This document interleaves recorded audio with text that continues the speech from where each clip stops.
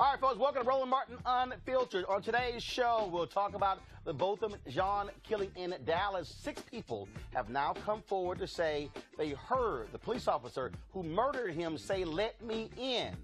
And that's not what you say, of course, when you're at your own apartment. We'll talk with Dallas pastor Dr. Freddie Haynes, of course, Friendship West Baptist Church, and also National Action Network. In Chicago, the murder trial of the cop who killed Laquan McDonald began today. We'll have a live report from Chicago. Also, the average black household income is virtually unchanged from 15 years ago, while white income is up to record levels. We'll talk with Howard University economist Bill Spriggs to break it all down. Also, last week, the Congressional Black Caucus Foundation's annual legislative weekend concluded on Saturday with a rousing speech from the Reverend Dr. William Barber of the Poor People's Campaign. You must check out what he had to say. And also, a black conservative columnist for the right-wing website, The Daily Caller, thinks Colin Kaepernick hasn't really sacrificed much. Wait until I school him right here on Roland Martin Unfiltered. And also, remember, Oscars so white? Well, maybe we can say paint the Emmys black. We'll talk with Eric Deggans, a TV critic for NPR, about the Emmys and how they are doing so much better when it comes to people of color. And, of course, all the folks at, this school can be very happy. I'm rocking their shirt today. Of course, I'll tell you who our HBCU Giving Day University is. Ain't hard to figure out. It's time to bring the funk on Roland Martin Unfiltered. Let's go. He's got it. Whatever the miss, he's on it. Whatever it is, he's got the scoop, the fact, the find. And when it breaks, he's right on time and it's rolling. Best believe he's knowing. Putting it down from sports to news to politics. With entertainment just for kicks, he's rolling. It's on go, roll, y'all. It's Roland Martin, yeah. Rolling with Roland now. He's funk, he's fresh, he's real, the best, you know he's Roland Martin now.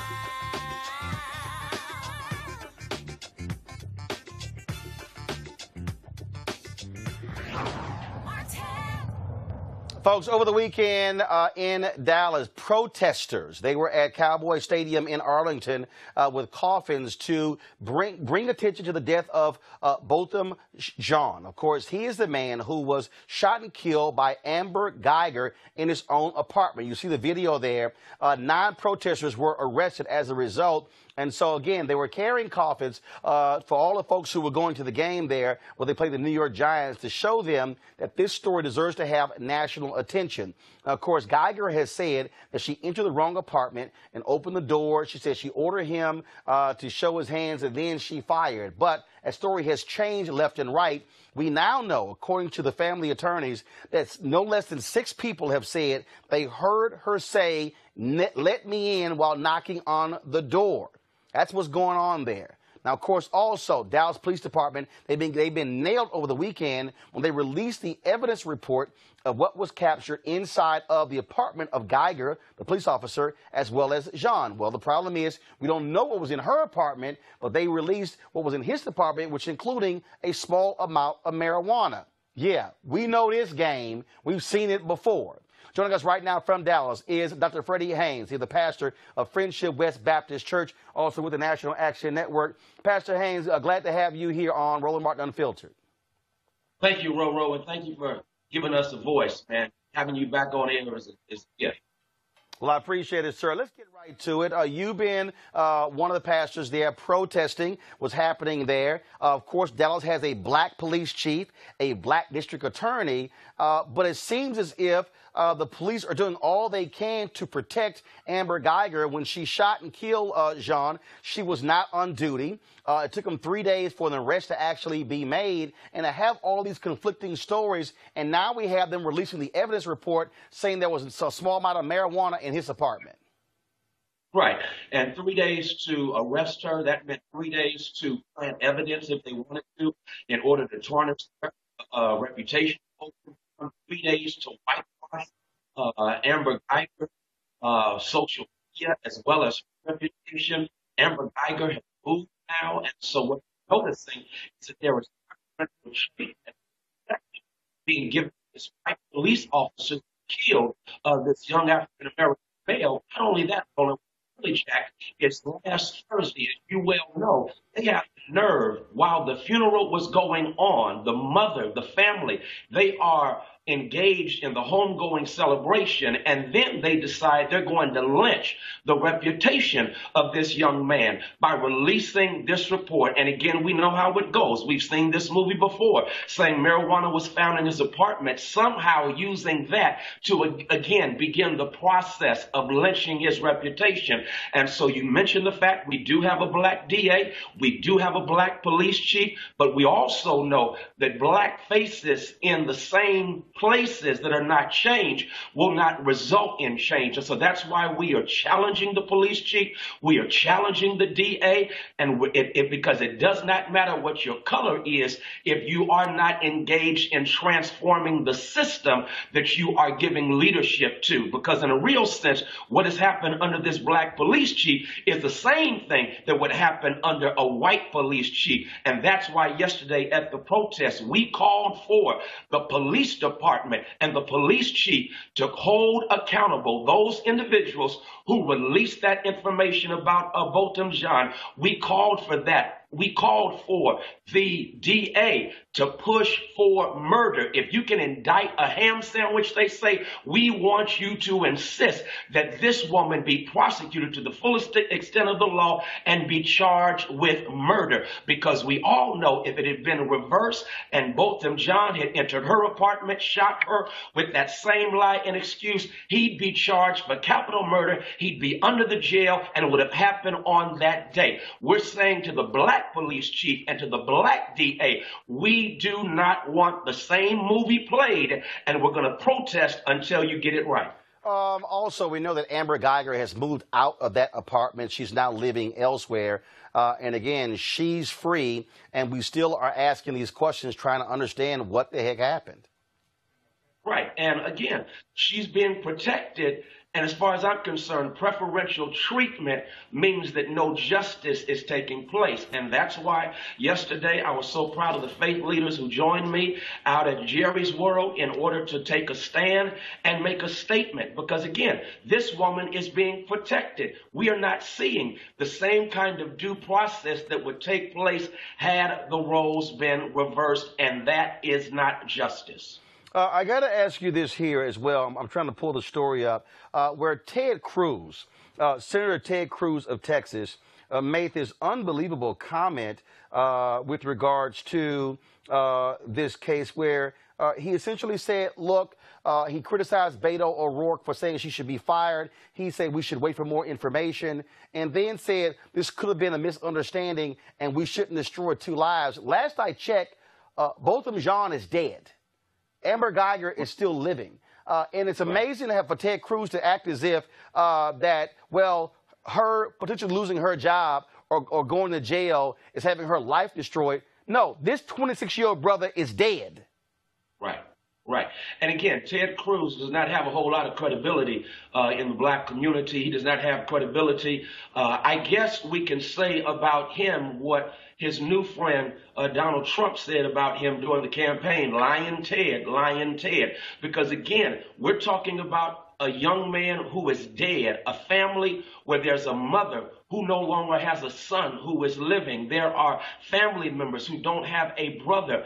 He is dead, and this woman is being protected. And so to talk about waiting while she's already lied, we waited for 3 days for her to get arrested, so we ain't waiting no more. And as far as I'm concerned, Ted Cruz has nothing to say about this that we would respect, because he's never, ever in this community taking a stand for justice and taking a stand against black bodies being slain by police officers. So Ted Cruz, you ain't got no credibility here. And here, if you go to my iPad, this is some video from the Facebook page of Good Street Baptist Church.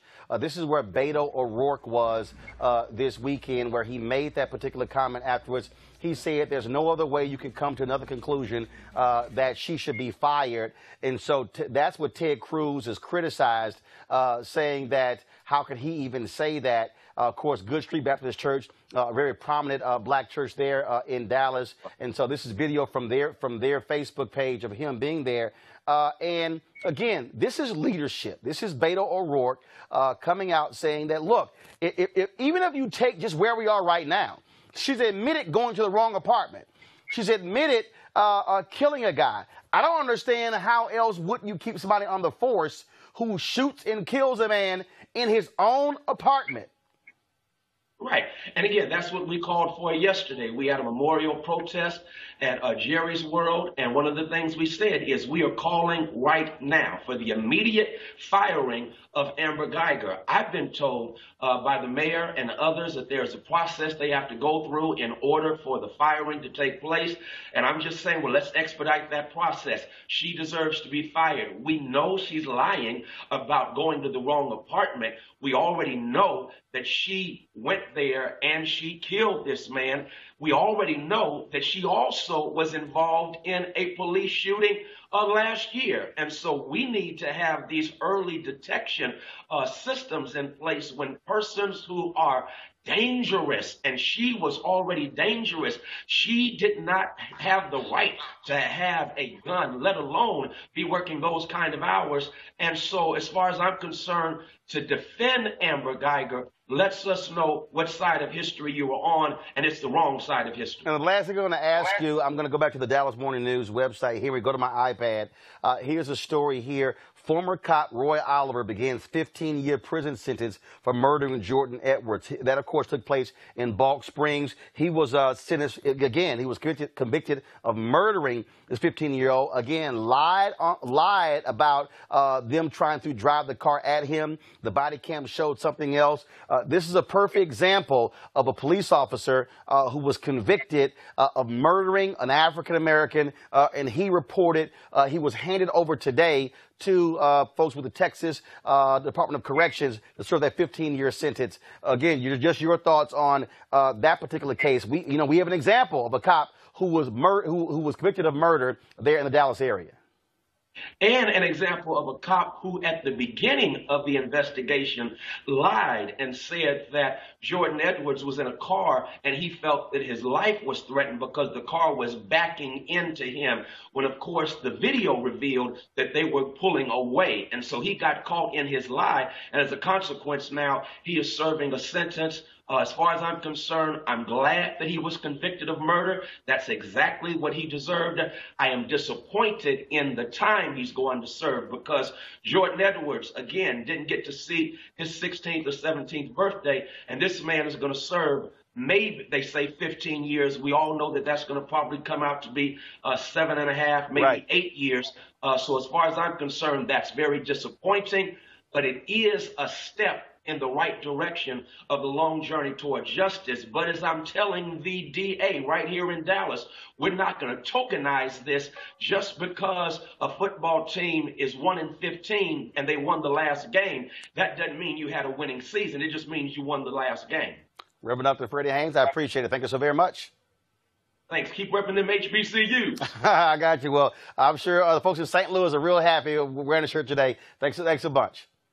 Well, all right. Of course, Freddie Haynes being my alpha brother. Let's turn to Chicago, folks, where the trial of Chicago police officer Jason Van Dyke started today. And again, actually day 7, but just some pre-trial motions taking place with the prosecution calling their first witnesses. You remember, it was 4 years ago, when Van Dyke shot and killed Laquan McDonald, shot him 16 times in just 6 seconds after Van Dyke exited the car. He lied, of course, by saying that Laquan McDonald was running away from them, when in fact we saw this video. And the only reason this video was released was because of massive protests against the city of Chicago. In the courtroom today, the special prosecutor, Joseph McMahon, played the police video of Laquan McDonald being shot for the jury. Now, just before, he listed all 16 shots that hit McDonald and told the jury that Van Dyke attempted to reload his gun when his partner stopped him and said, quote, "We got this." Joining me right now to talk about the case is Kathy Cheney. She's the Assistant Audience Engagement Editor for the Chicago Sun-Times.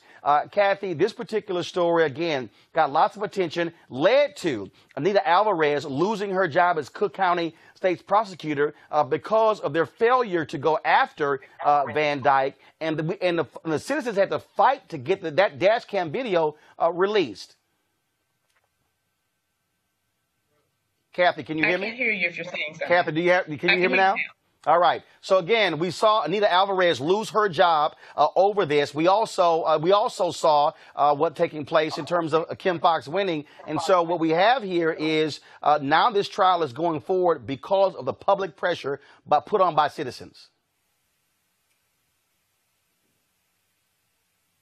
Absolutely. And the demonstrators couldn't be more proud that they have gotten Anita Alvarez out. Kim Foxx is in. So they've been waiting on this day to come. But now that it's here, they're cautiously optimistic that, justice will be served. You've got to look at the makeup of the jury, which there's only one African American. There are, I believe, 2 or 3 Hispanics. And one of those Hispanics, she's an applicant to be a CPD officer. I think you have 1 Asian and the rest are white. So cautiously optimistic that the jury will do what they want them to do, which is to convict Van Dyke. Well, and again, so you have the prosecutors going after Van Dyke here. And first of all, are they going after him for murder or is it manslaughter?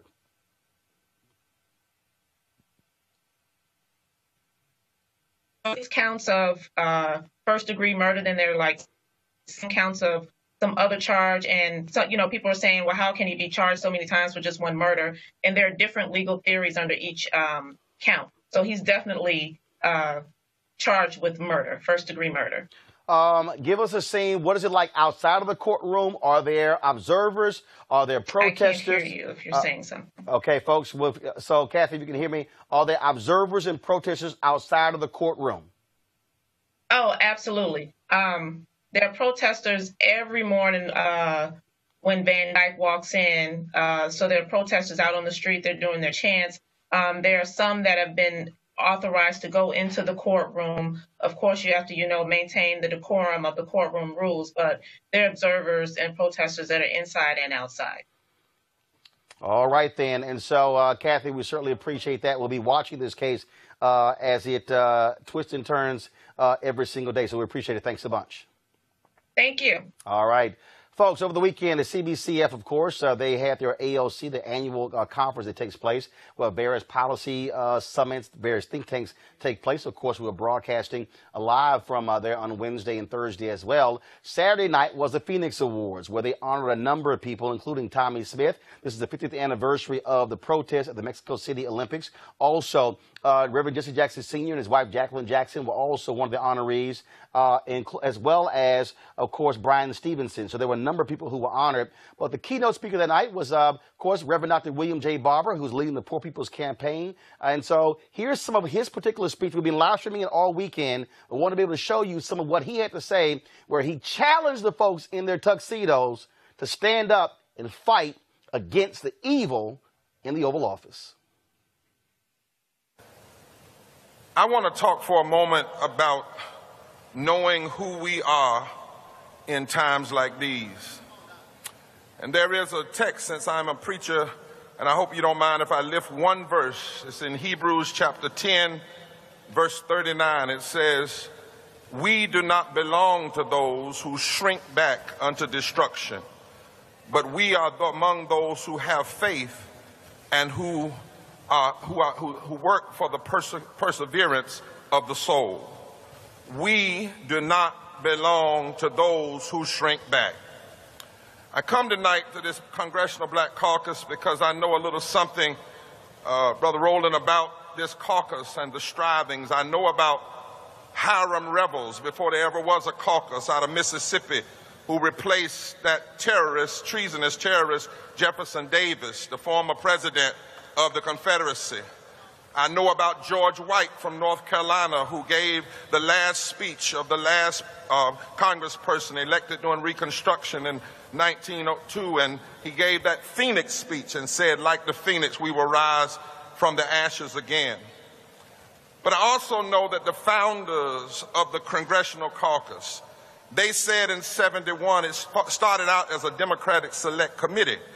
But in 71, they said that the caucus was not born to promote a party, but to be the conscience of the Congress, and to ever remind Republicans and Democrats of the need to strive for a more perfect union.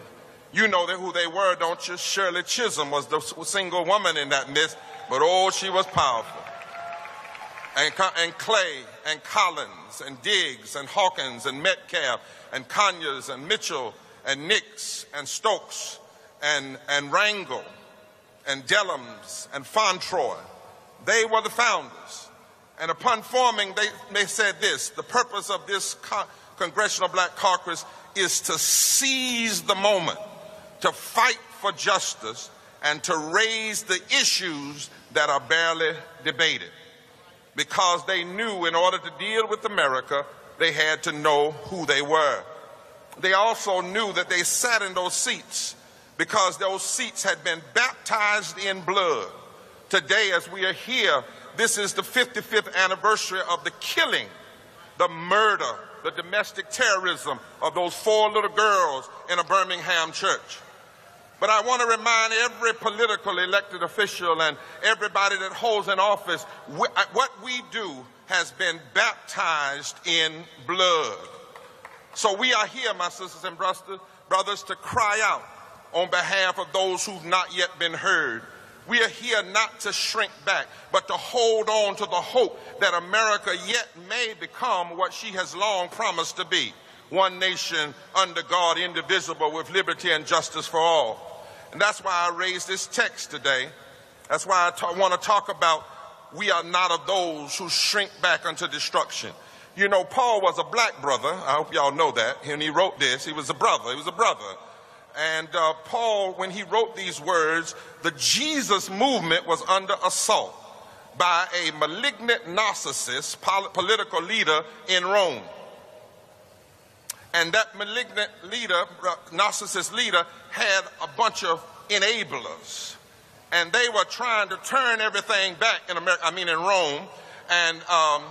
And Paul said to the movement, because there were people in the movement who were thinking about going along to get along. And Paul said, we are not of those who shrink back unto destruction, but we are those who persevere unto the salvation of the soul. In other words, you better know who you are when somebody is assaulting everything you believe in. The truth of the matter is, properly defining yourself and who you are is a critical philosophical, theological discipline that has penetrating and practical implication, particularly when one is under crisis. When you're under threat, the most important thing is not what your enemy does, but do you know who you are and whose you are and why you're really being threatened. Knowing who you are is critical to your sanity and your ability to sustain a fight back when you are facing what Paul Tillich called the very threat of non-being and non-existence. Now, to be sure, my brothers and sisters, we've always had to fight to maintain a proper sense of self because America has always struggled with who she is. America, this American project, has always had a kind of split personality, at times political and social schizophrenia, a great gulf between what America says she dreams to be and what she is in reality. That's why even in her great hymns, one of them says, America, America, God mend thine every flaw. Even the hymn writer knew that America can be schizophrenic at times.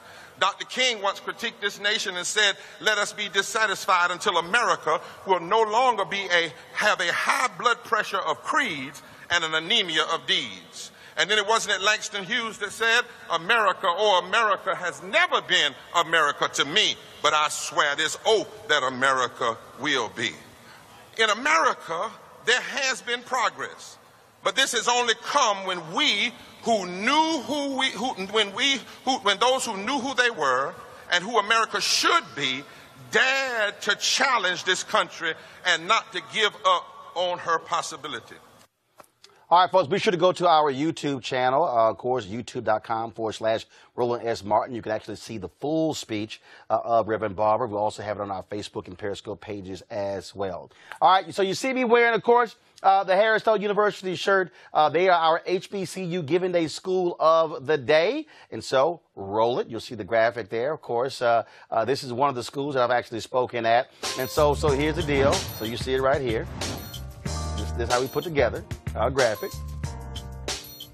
And so, of course, Harris-Stowe State University, you can, if you want to give to them, go to www.hssu.edu. Like I say, I've spoken there a couple of times. And so here's the deal, just like when I used to wear the lapel pins. And so I probably spoke at almost 50 HBCUs. And so if I spoke at your university, then I'll be rocking your gear. Now, if I ain't spoken at your university, y'all ain't gonna get that. So you don't get some people gonna be a little bit upset. Bill Spriggs thought I was gonna be wearing a Howard today. I was that close to grabbing the Howard University shirt, but I decided to go ahead and give Harris-Stowe some love. And so shout out to the folks at Harris-Stowe University. And so y'all keep watching the show to see if your HBCU will be represented right here on Roland Martin Unfiltered. All right, folks, you might have seen, first of all, we've been talking about Colin Kaepernick, the Nike commercial. You saw it, of course, a couple of weeks ago. In fact, yesterday, two of the players still are protesting. Actually, several other players are protesting. Kenny Stills is one of those with the Miami Dolphins. And you still got some people who are just stuck on stupid. And so now we got, of course, and you know Mississippi always stuck on stupid. They got to do something dumb. So the Mississippi Public Safety Commissioner, Marshall Fisher, said the state police of Mississippi will no longer buy Nike products because Nike is unpatriotic and fails to support those in uniform. Now, we all know that's a damn lie. But then again, really, Mississippi? It's not like y'all have a history of supporting black people, especially the state police in Mississippi. But it's no shock they would have this sort of nonsense when it comes to their rationale for why they don't want to support what's going on. And that's the case. And so I saw this other column in the Daily Caller, and I said, you know what? And so it was a very interesting piece. So Chris Arps wrote this column for the Daily Caller in which he asked the question, what has Colin Kaepernick really sacrificed? He's playing on the cap quote in the Nike ad, believe in something, even if it means sacrificing everything. And so clearly, I think Chris obviously is not aware of what's been going on. So I said, well, let's have him on the show. So Chris Arps joins us right now. So, Chris, are you there? Mr. Martin, yes, sir. All right. So you say that Colin Kaepernick you're unsure of what he's sacrificing. Have you been keeping up? You know he's not in the NFL. He's been whiteballed by the owners. No team will sign him. And he also has a collusion case going against him, which the mediator has actually said it can advance to the next phase of going to trial. You do know that, right? I do know that. I know a lot of times when you make comparisons between sports figures like Muhammad Ali and the protests that took place in Mexico, I think those were entirely different. Muhammad Ali lost years of his career. The sprinters in the Mexico Olympics lost parts of their career.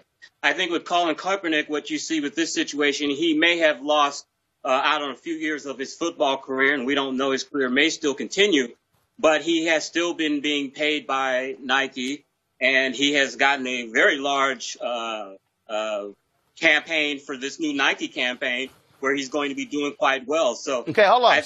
So do you know what has he sacrificed? Do you know how much the Nike contract is? No, I don't. Okay, so how do you know it even compares to an NFL contract? Because the last NFL contract he had, it's not a question. I'm sure it's much more than what both you and I both make. No, but that's actually it's not like hold up. pennies. But Chris, that's actually irrelevant because his last NFL contract was $12 million guaranteed. And so again, but for you to say I don't know, another contract, didn't he? And he turned it down. No, actually, you're wrong. So what actually happened? Okay. You're wrong. What happened there was the Denver. No. Let me help you. The Denver Broncos wanted to trade for Colin Kaepernick. John Elway said, if you do the trade, we will cut your salary in half, and then the rest of the money can be in incentives. He had $12 million guaranteed from the 49ers. I don't know anybody with in a right mind who would turn down $12 million guaranteed to take half of the salary and get the other half of incentives. That's just crazy economics. That's actually what happened. All the other stories that you've seen where teams supposedly offered them contracts, not one team has verified any of those stories. In fact, the Daily Caller, the site you wrote this column for, actually wrote a BS story saying a team wanted to sign him. What they wrote was a lie, and there was nothing to even verify it. Okay. That's your a fact. point? My point is, okay. My point is, the facts are wrong. Your facts are wrong, and so he is being whiteballed by the NFL. And so when you look at some of the players who've been signed to play quarterback, some absolute scrubs, and you look at his numbers by any basic measure, any understanding of football, he should be signed by one of the 32 teams in the NFL. And so I think it's more than that. I think it's more than that, Mr. Martin. What is it? Part of the reason that he's not being signed is because teams don't want the publicity of what he brings, the bad publicity. So you're going to have half. Wait a minute, Mr. Martin. Go ahead. You're going to have half of the fans in the stadium that are going to be rooting for him and the team, and you're going to have the other half, if they show up to the stadium, not rooting for him. So I think it was the same thing here in the Rams. Michael Sam, the gay player, no team wanted him. Part of it was because he wasn't good enough to be in the NFL. But a lot of it, the team didn't want the distraction that it brought. I think that's legit. So do you believe it's okay for NFL teams to sign rapists and wife beaters and folks who have actually been tried for murder or who have actually been involved in felony cases? Like, for instance, the Seattle Seahawks, the Cleveland Browns cut a player who pled guilty to insider trading, who is facing 25 years in prison, but they signed him to a contract. The Seattle Seahawks did. So are you saying... My overall point, Mr. Martin, is that these are NFL teams that are owned by private owners, and that if they decide that they want to hire a player or not hire a player, that's their prerogative. Do you believe that an NFL team should hire somebody who has raped somebody or who has sexually assaulted or beaten a woman? Do you believe that it is okay for a team to hire them over Colin Kaepernick, who is protesting police brutality? I think if that team wants to hire that particular player, that's not my business. No. I'm asking you your opinion because according to Chris, on a team. The part of my piece was talking about where I felt that I don't have a problem with him protesting per se. What my problem is, I don't want to see it on my national TV while I'm paying tickets to go to a stadium to watch it. I'm sorry, Chris. Do it on your own time. Chris, he actually is. There's not a job in America where I could stand up in the middle of the cafeteria or outside my employer and start protesting, especially when I'm on my employer's time. Chris, here's the reality. Chris, you're wrong. Okay, first of all, let's just be honest. Most networks, Chris, let me help you out. First of all, when you say watching on television, most networks don't even show the national anthem. They don't even show it. So you don't even see somebody. That's not what I'm talking about, Martin. No, Chris, you said Chris, let me walk you back. You said, I don't want to see that on my television. Okay, well, like, for instance, ESPN. I don't want to see the kneeling on my television. So you got a problem with him kneeling. So if he was sitting, is that okay? I'm saying if you're going to do any protest that you feel against police brutality or any protest, that you should do it on your own time. So Chris, when the NFL teams trot police officers out there for Police Appreciation Day, what does that tell you to black people? Like, for instance, in Cleveland, if you're black in Cleveland and you're mad about Tamir Rice being shot and killed by cops there, do you want to see that? Because, tell me the difference, please, because we know this is the case. The difference is this, and what I've said many times, is that these NFL teams are owned by these particular owners, and that I don't live in Cleveland, but if the fans in Cleveland have a problem with them trotting out police officers, then they should do some type of action on that. Oh, so you're saying the fans can protest, but the players can't? With players on their employer's time and at their employer's premises protesting. But you're not an owner. But you're not an owner, so who cares? You're not an owner. But I'm an owner, but I watch television, and so I love who cares? So you watch TV. Whoop-de-doo. And I don't want to. And we don't want to see people disrespecting the flag. Hold up,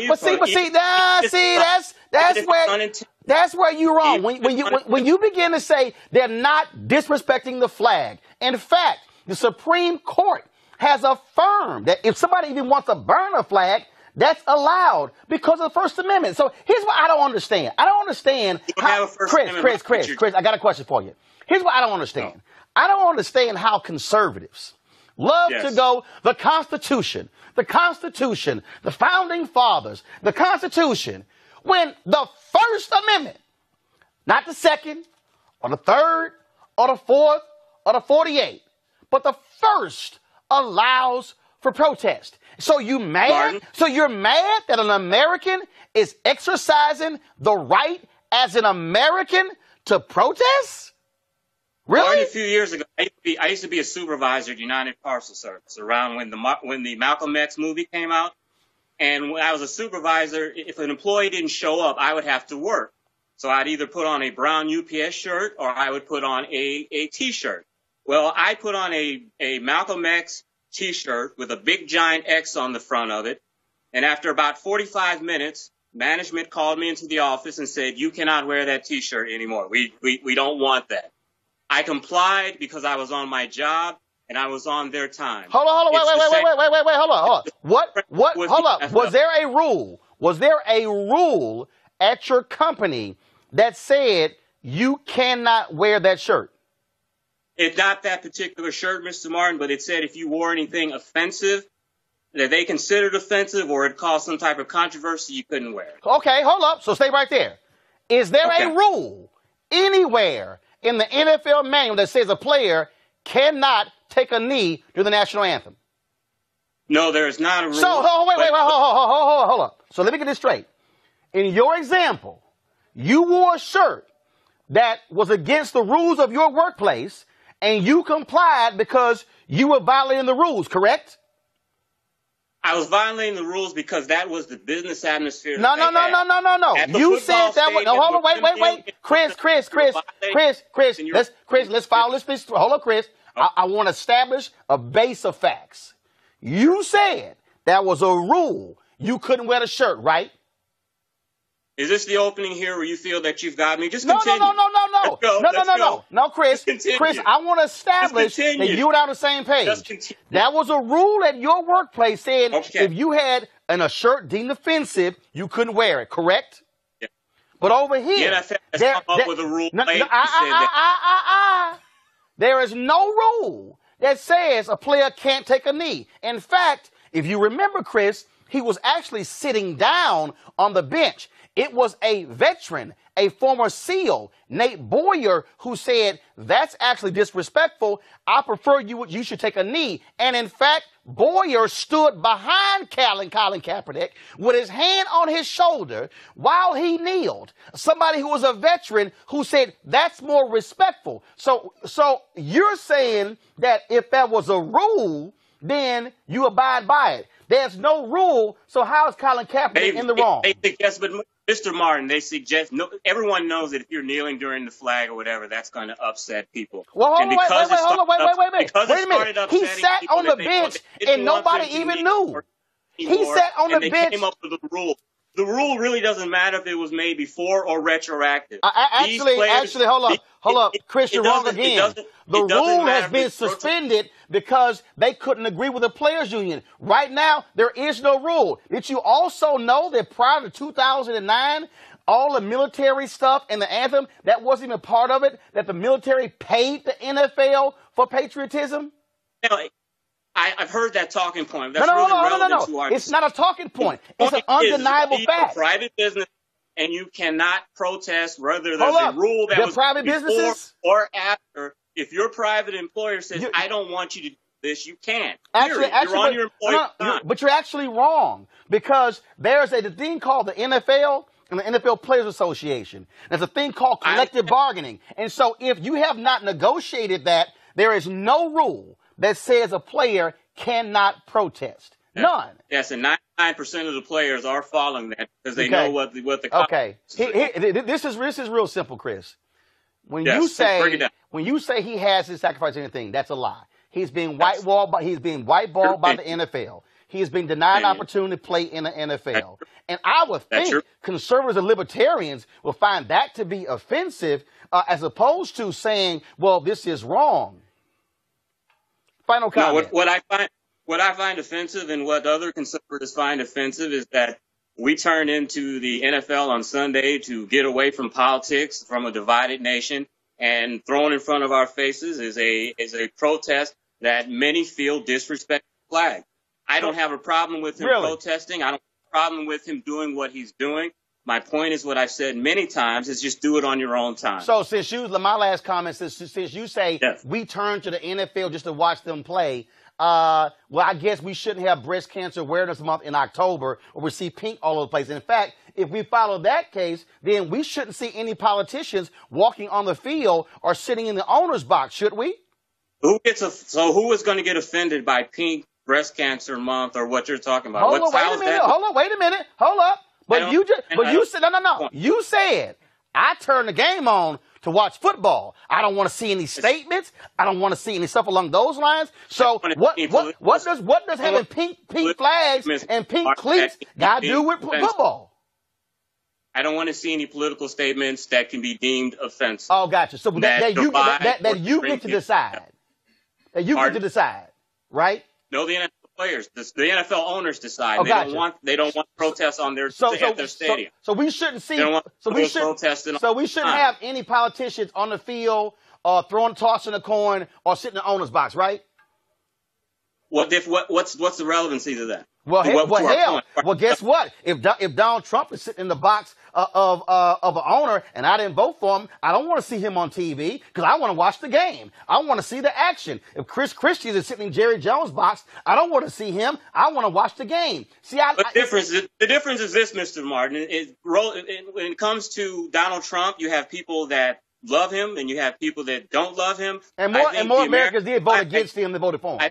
I think that the American flag is a universally respected and loved thing in this country. Well, actually, and I think that's far different than a politician who can and cannot be liked. Well, I'll tell you this here. Every police officer who has brutalized somebody black or brutalized somebody has that flag on their patch. You might want to go look at the hashtag Veterans for Kaepernick. What the relevancy is? What's the relevancy? What the relevancy is, they are beating somebody on the color of that flag. And so remember, you mentioned Tommy Smith and John Carlos. I heard the same thing said in 1968. You shouldn't protest. How dare you? It's all about the flag. When did you hear Okay. I was born in 1966. When did you hear that? All right, Chris.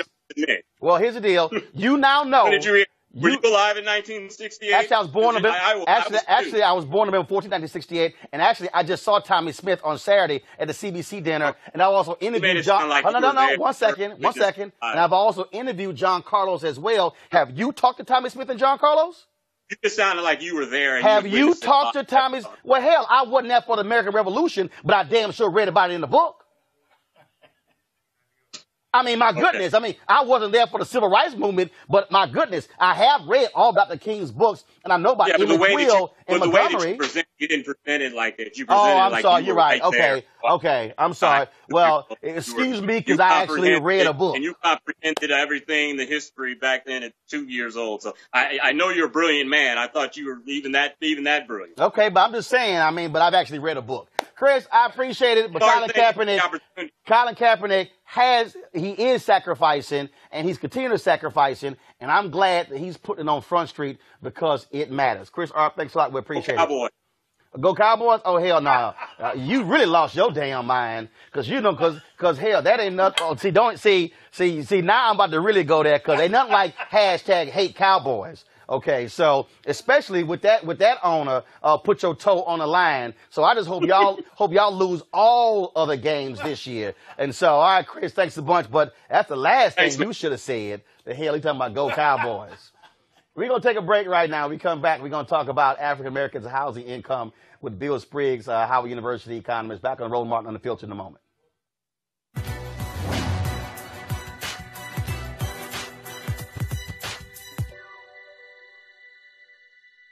Everything that is was once imagined. poet Ted Jones. I got it. All right, folks, I want to introduce our panel right now. We have, of course, Cleo Monago. He is social and political analyst and activist. Also, Angela Peoples, campaign director for the Action Center on Race and Economy. And we also have Bill Spriggs with the AFL-CIO, chief economist, and also Howard University economics professor. There were a lot of headlines last week about record median, that is average household incomes. Of course, the headlines use words like record and rises again. That was good news for some people. But when you break it down to whites and blacks, there's a different story. And for African Americans, the picture is very bleak. 2002, white household income was $64,084. Black average household income was $39,661. By 2017, white household income rose to $68,145. Black average household income rose to $40,259. Now, folks, in 15 years, that's a rise of about $4,000 for white folks and under $600 for black folks. So how can we bridge this gap between black enormous economic power, $1.3 trillion spending power, but then the issue of low black wealth in this environment? Bill, let's turn to you. So explain this. And again, because it's very interesting when folks go, oh, black people, y'all just like everybody else. You're on the same page. And these things have changed. It's been 50 years since Dr. King was killed. And all these enormous changes, without realizing that what happened in the previous 350 years impacts where we are today. Well, wealth is the accumulation of earnings. So when you look at the numbers, there are huge gaps that still remain at the same levels of education. So if you're a white male and you drop out of high school, and you're black and you're female, then you need a college degree to get that median income.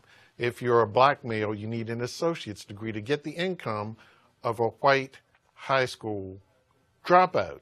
So take that gap, accumulate it over the life of your working years, and you get around $1 million different over what a black man would earn versus a white man, a bigger gap for black women.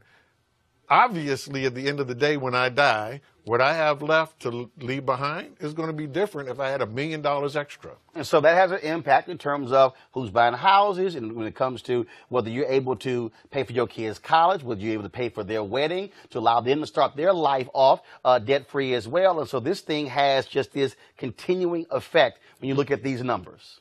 It's a continuing effect, and those life chances matter. If your parent can help you go to college, you have a much higher share of those children who finish versus those children whose parents don't have the money. But what we have to understand is black families will send their kid to school even when they make a lot less money than a white family. The result, however, is that black people have to borrow money because they don't have the money. Now we're dealing with debt. And now it's debt, which takes away from your wealth because you're borrowing, you're spending down your wealth. So these gaps have the implication that even to catch up, you got to fall behind. So this gap that you just saw actually misses one other point. Mm-hmm. If we had gone back just a few more years to 2000, black incomes haven't gotten back to 2000. For median whites, they haven't gotten back to 2000. Whites in the interim between 2002 and 2017 had some gains up before the crash. Then they lost income. We lost a huge amount of income during the crash.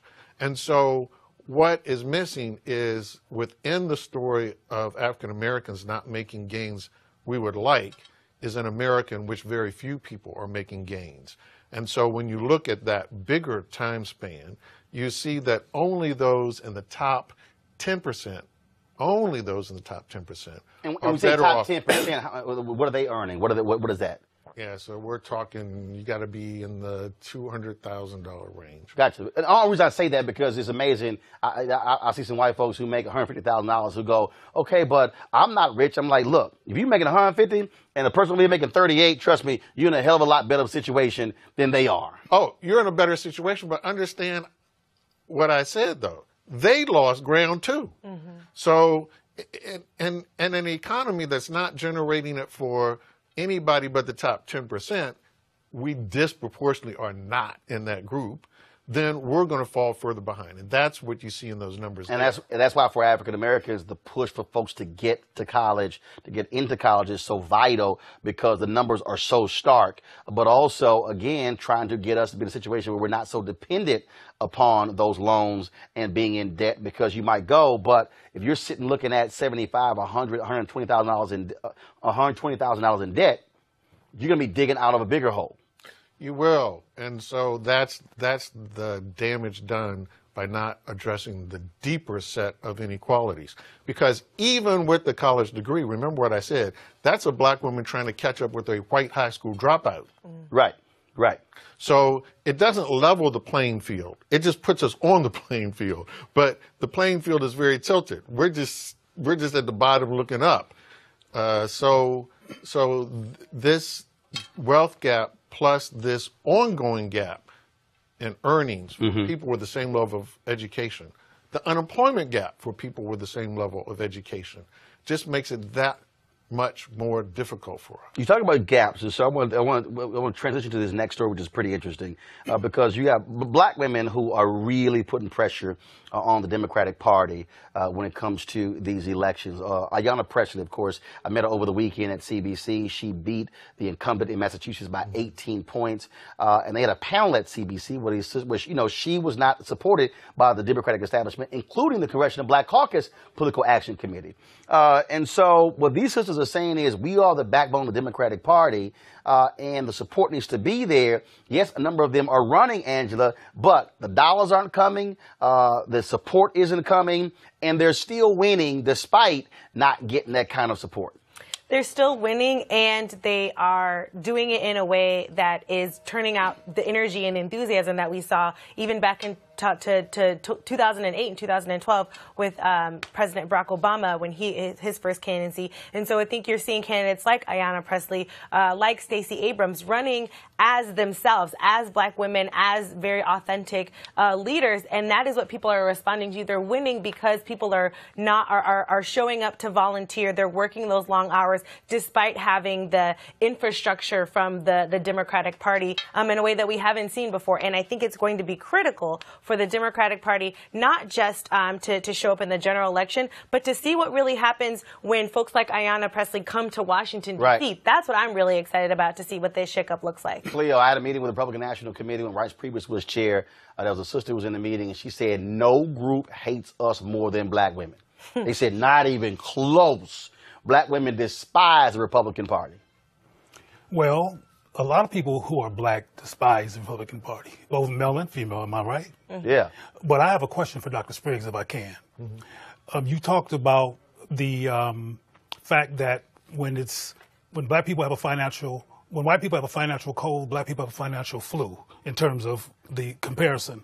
But I was wondering, and this has to do with who votes and who doesn't vote, like these sisters who didn't have black support or even the Congressional Black Caucus support in terms of mentality. Would it be helpful to black people if we invested in black businesses or invested in black wealth as a community? Because one of the issues that we have... Well, first of all, a lot of our candidates also need, like one of the things we've been dealing with is, also money for campaigns. Yeah. We're seeing Black Votes Matter. We're seeing others, Adrian Shropshire. We're seeing DeWanna Watson, where they'll rate black people like, yo, we got to fund our, as I keep saying, fund our freedom. Right. So getting back to my question and also recommendation to the listening audience is that we have these concerns economically, but the dollar comes to our community once and goes to other communities 3 and 4 and 5 up to 30 and 40 times. Is that relevant to this issue of poverty and rich in wealth? No, it's not. It is a way we might address some gaps, but understand the size of the gap.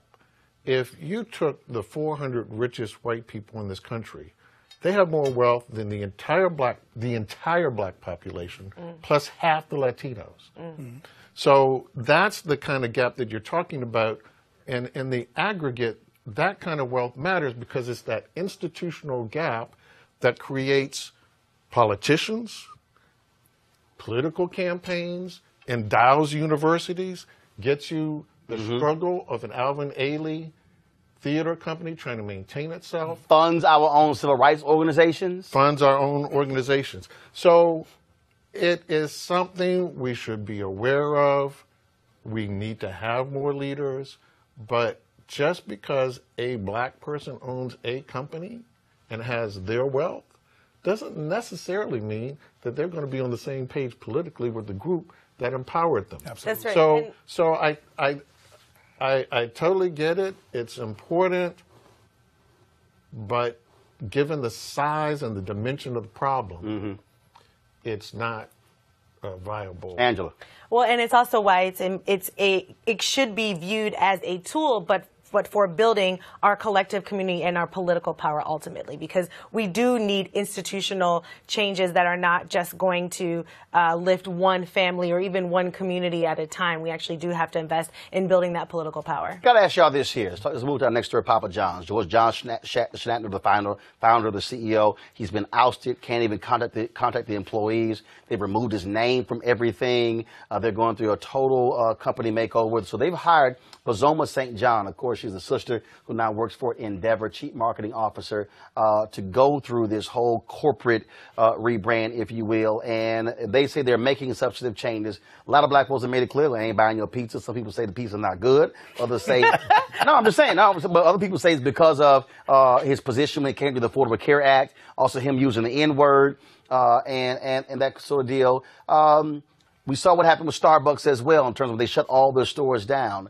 Do you believe, and Cleo, I'll start with you, that companies can successfully drive a discussion about corporate responsibility and erasing, trying their best to move beyond a person who makes a sort of comment, or just like Waffle House and the issues they actually have as well? Can they do that? And what does it look like? Well, what does it look like? Well, that's a whole conversation. But to get to your question first, in terms of whether they can do it or not, realistically, I don't think they can. I think they can rebrand themselves and re-seduce people into paying attention to their product. But the bottom line is that Papa John is a white supremacist racist. And when people go to there to get pizza from there, they're going to get, I mean, even though his name is over all that, that's a public, that's public. That's for the public, so people can feel like he's not involved. But he still has stock. He still has ownership. He still makes money off of Papa John. But we're seeing this, Angela, though. I think historically, when I look at Texaco, you think about Denny's. Yep. When you think about even the issue that American Airlines had with Tamika Mallory. When you think, so you have a number of examples of corporations have had issues dealing with race. And they have, Uber, Airbnb, same thing, put a number of things in place. Yeah. Is there a way for us, because also there are some African Americans who own Papa John's franchises. Mm-hmm. So is there a way for us to demand that kind of corporate responsibility, to me, that goes beyond buying a table at a civil rights dinner?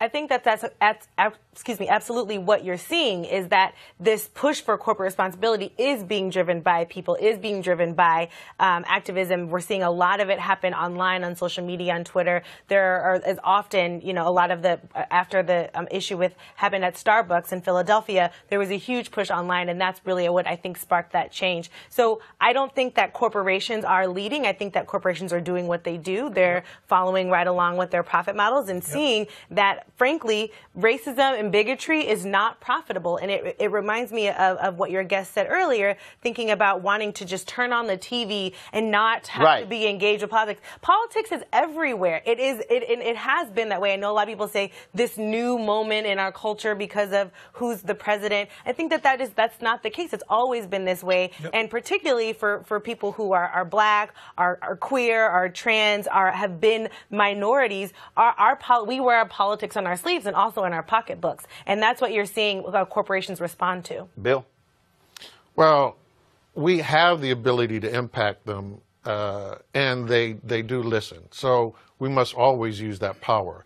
And we can't forget that we have collective wealth. It's in our culture. Mm. Even when we celebrate an Aretha Franklin, she came out of our culture. She is benefiting from a culture that we created that's very marketable. We have resources. We shouldn't act like we don't. We have to marshal them, and we have to be careful about how we use them and our image. Black women are not only doing it when it comes to politics, But this recovery, the re-entry of black women into the labor force has been at a much higher rate than for white women.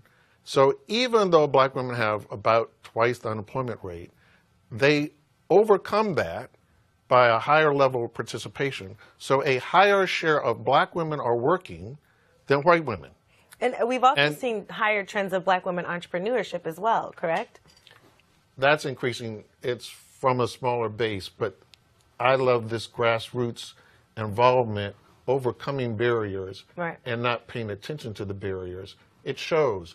And that kind of energy is what's the politicians But I just want to interject real quickly, Roland. There's a difference between CYA and transformation. Right. And what I'm saying is, when one of these things happens, I think our job is to, well, not just our job, but say, no. We don't want to just say, buy a couple of tables, put a little league. We want to see, yes, transformation, top to bottom, minority supplier development, who's on your boards, your employees. If you're Papa John's, how many franchise do you have? And what are you offering? It's a question of equity, allowing them to be able to have loans from the company. But my whole deal is, look, they know they have a problem. And it has to be wide and robust and not just, we gave some money to the UNCF, to the Urban League, the NAACP, or not and just we're good. change their front-facing image. Or we hired a black consultant. Exactly. We hired a black female consultant. My point is, it has to be robust. Right. But even beyond that, what are they doing politically? Mm-hmm. Are they giving more money to the campaigns that then undercut us? That's right. And when you look at where they give politically, it swamps what they give to our community. Of course. And what they give politically are to those things that interfere with our right to organize. We're the most unionized workers on the planet. They interfere with our right to decent wages. Right. So, again, that's where we look at this thing in a much broader way. And while we're saying no, there are a certain number of things you have to do. We're going to keep that pressure on you until you do those things. And so we'll see what happens with Papa John's. All right, folks, the Emmys taking place tonight on prime time. And when they had the Creative Arts Emmys, a whole bunch of black folks got Emmys. In fact, in all of the guest categories, all African Americans won in those for the first time. Eric Deggans, the television critic for National Public Radio, he's been gearing up all weekend to watch the Emmys. And Eric, what is interesting about the Emmys, we saw, of course, the Oscar So White campaign and so much attention with that. But African Americans have really gotten the level of attention and respect, but also jobs when it comes to television. I told a joke. I played the George Lopez golf tournament for the last 5 or 6 years. And the first 3 or 4 years, it was all kind of black folks in Hollywood who were playing golf. The last couple of years, I'm like, where everybody go? And I went, oh, hell, they working. Literally, it was like, they were like, say, man, I'm on set. I'm here. Because after Scandal and How to Get Away with Murder, all of a sudden, they start replacing white folks in pilots with black people. Exactly. We have a record amount of diversity in the new quality shows, and I'm excited about that. And we're also record amount of diversity in the Emmy Awards. And so even though we had a great showing in the Creative Arts Emmys are kind of the awards that aren't considered important enough to put on network television. So what we're going to see tonight, we're going to see the folks from Blackish up for awards, Anthony Anderson and Tracy Ellis Ross. We're going to see Insecure. Issa Rae is nominated for Best Actress in a Comedy for the first time, even though that show has gotten a lot of love from critics and has been nominated for an Emmy in the past. Now we're seeing her nominated as a performer. We've got Jeffrey Wright and Newton nominated for Westworld. 2 actors who have done great work on that show, but haven't necessarily been recognized maybe as much as they should have been. So now, in a lot of these contests, the black folks are not necessarily favored to win. One of the big contests is going to be for Best Comedy. Now, Donald Glover's Atlanta has a real shot at winning that award, but it's up against The Marvelous Mrs. Maisel on Amazon, which is considered kind of a favorite in Hollywood. And so there's going to be a real struggle to see which one of those shows is going to come out on top. And because Donald Glover did so well last year, he made history winning awards for directing comedy, and also as a performer for Atlanta. I'm wondering if the Emmy Academy has already been honored, and maybe it's time to move on to Maisel. Well, and I think, Eric, the bottom line is this here. When you look at so many different networks, and look, now whether some people like it or they don't, Nielsen released their study last week on the black consumer. African Americans watch TV more than anybody else, 52 hours a week. And we're watching a significant amount of television streaming as well. And so the bottom line is we drive viewership with a lot of these different shows, and plus how we operate with social media. Those of us who live tweeted Scandal, some of these other different shows, you look at Power as well. And so these networks are understanding, hey, if we want to see hit shows, we better see black people. Yeah, and black folks also are an ethnic group where we tend to watch shows where we are featured. And other ethnic groups don't always do that. I think that's one reason why Hispanics are underrepresented in television, because of the differences in language and culture that are in Latino culture. If you're from Guatemala, you may not feel as bonded to somebody who's from Cuba or from Puerto Rico.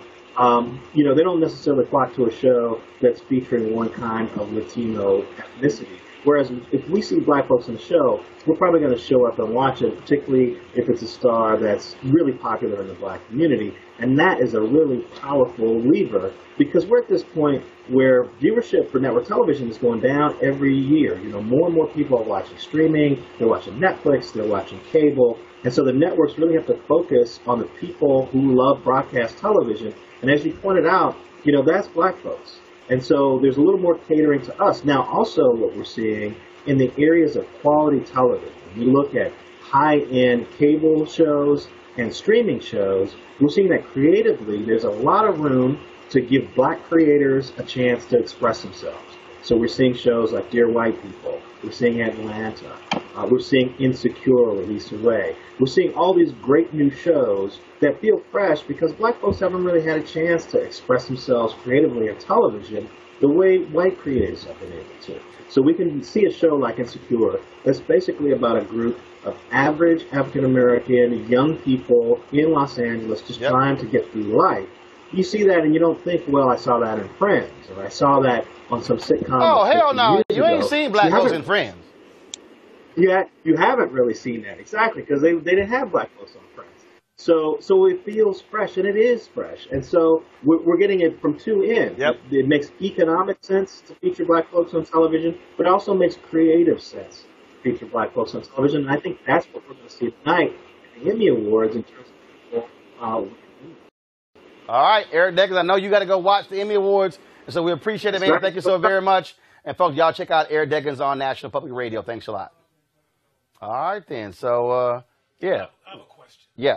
I'm concerned that 52% of the market is, in terms of people who watch TV, are black folks. 52 hours a week. Okay, that's more than everybody's about. Right. So African Americans are at 52 hours. Okay. The next group is at 38 hours. So we're watching 14 more hours a week than the next group. So we're watching a lot of TV. My question. A whole lot of TV. A whole lot of TV. So my question is this: outside of the realm of comedy, and given this increase in black faces on television, how many of these shows feature black people? I'm talking about outside of the realm of comedy, loving each other.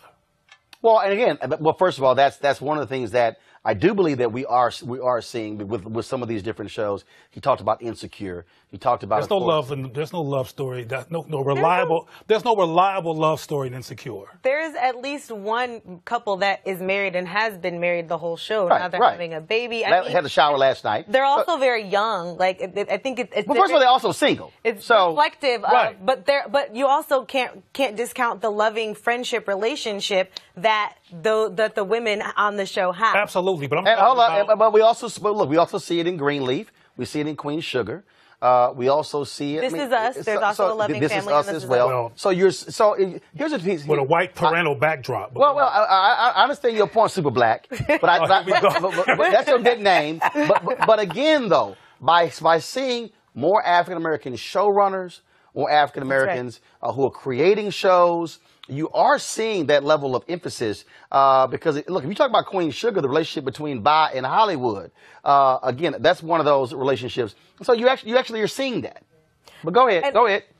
Okay, well, you want to make some other point? Go ahead. No, I was going to say is that's my concern. I mean, I'm familiar with Queen Sugar. It's very valid. That's a great point. And you got to really search to find these love stories. There's not a consistent, reliable, healthy love story narrative in most of television, even though we make up most of the people watching television outside of comedy. I mean, but to your point, though, it's important to ensure that there's a complexity of views and experiences of black people on screen. As we're getting more black folks in the creative position, I will say I've been really surprised and grateful to see the acclaim that Atlanta has. That show is Black AF. You know, like it's very, very black. I don't know. I know we're doing a digital. Black AF. I don't know. Apples I'm not sure. You know damn well what AF stands for. I don't know how far we go with the language, but it's it's a super black show to I've never seen Atlanta, but it's getting I would recommend it, but it's getting so much praise and so much support as is Donald Glover. Lena Waithe is also another new black creative that I would bring into this conversation. Is it a rap show, Atlanta? It is. Atlanta. Lena Waithe's show is The Shop, which is on Showtime as well. Thank you. Then, of course, you got Power. Then you got a drug addict show. A drug trafficking show. Yeah, but he's still with his wife. Okay, but Bill, final comment. Bill, final comment. White looking Latino. Wait, no spoilers. He ain't with his wife. Hold on now. He don't even touch his wife. That's what I'm saying. He don't touch his black wife. Well, he did in seasons 1, 2, and 3 for 3 minutes. My final comment is to that man in Mississippi.